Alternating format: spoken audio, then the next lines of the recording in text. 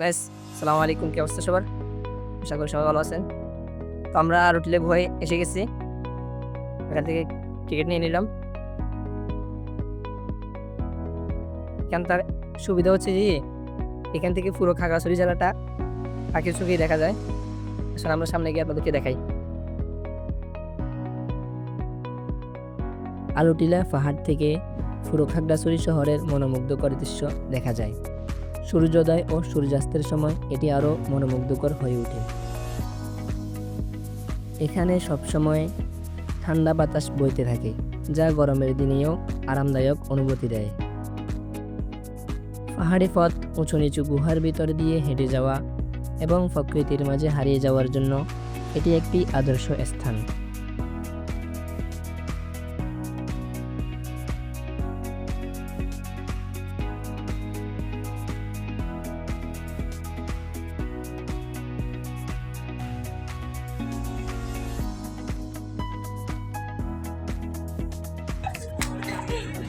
ভাই, আমরা এখন কোথায় যাচ্ছি? আমরা এখন গুহা গুহা না? গাতার ভিতরে যেতেছি।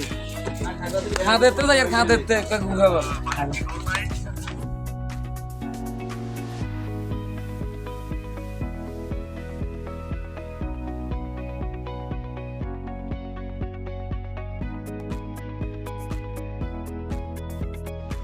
আমরা সবাই এই মুহূর্তে রয়েছি গুহার সামনে। এটি একটি প্রাকৃতিক গুহা, যেখানে অ্যাডভেঞ্চারের দারুণ অভিজ্ঞতা পাওয়া যায়। তবে গুহায় প্রবেশের আগে কিছু গুরুত্বপূর্ণ বিষয় মাথায় রাখা জরুরি।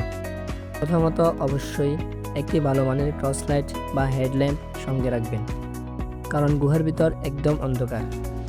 দ্বিতীয়ত, পিচ্ছিল পথ ও পাথুরে এলাকা পার হতে হবে, তাই ভালো গ্রিপযুক্ত জুতা পরা অত্যন্ত জরুরি।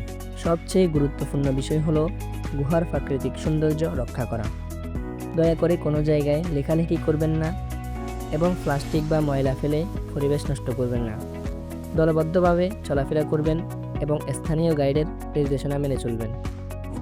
বর্ষাকালে গুহার মধ্যে পানি জমে থাকতে পারে, তাই সে সময় প্রবেশ এড়িয়ে চলুন।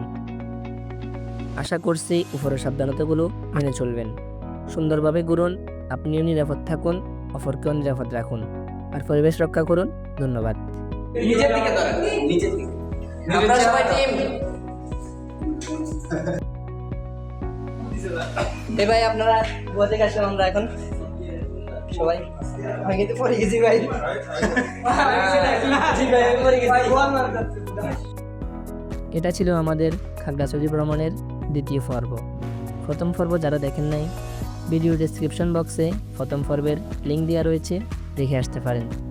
আর যারা ফেস থেকে দেখতেছেন, কমেন্ট বক্সে ভিডিওর লিঙ্ক দেওয়া আছে, আপনারাও দেখে আসতে পারেন। পরের পর্ব দেখার জন্য চ্যানেলটি সাবস্ক্রাইব করবেন এবং পেজটি ফলো দিয়ে রাখবেন। পরবর্তী পার্ট দেখা হচ্ছে খাগড়াছড়ি জেলা পার্ক। ধন্যবাদ।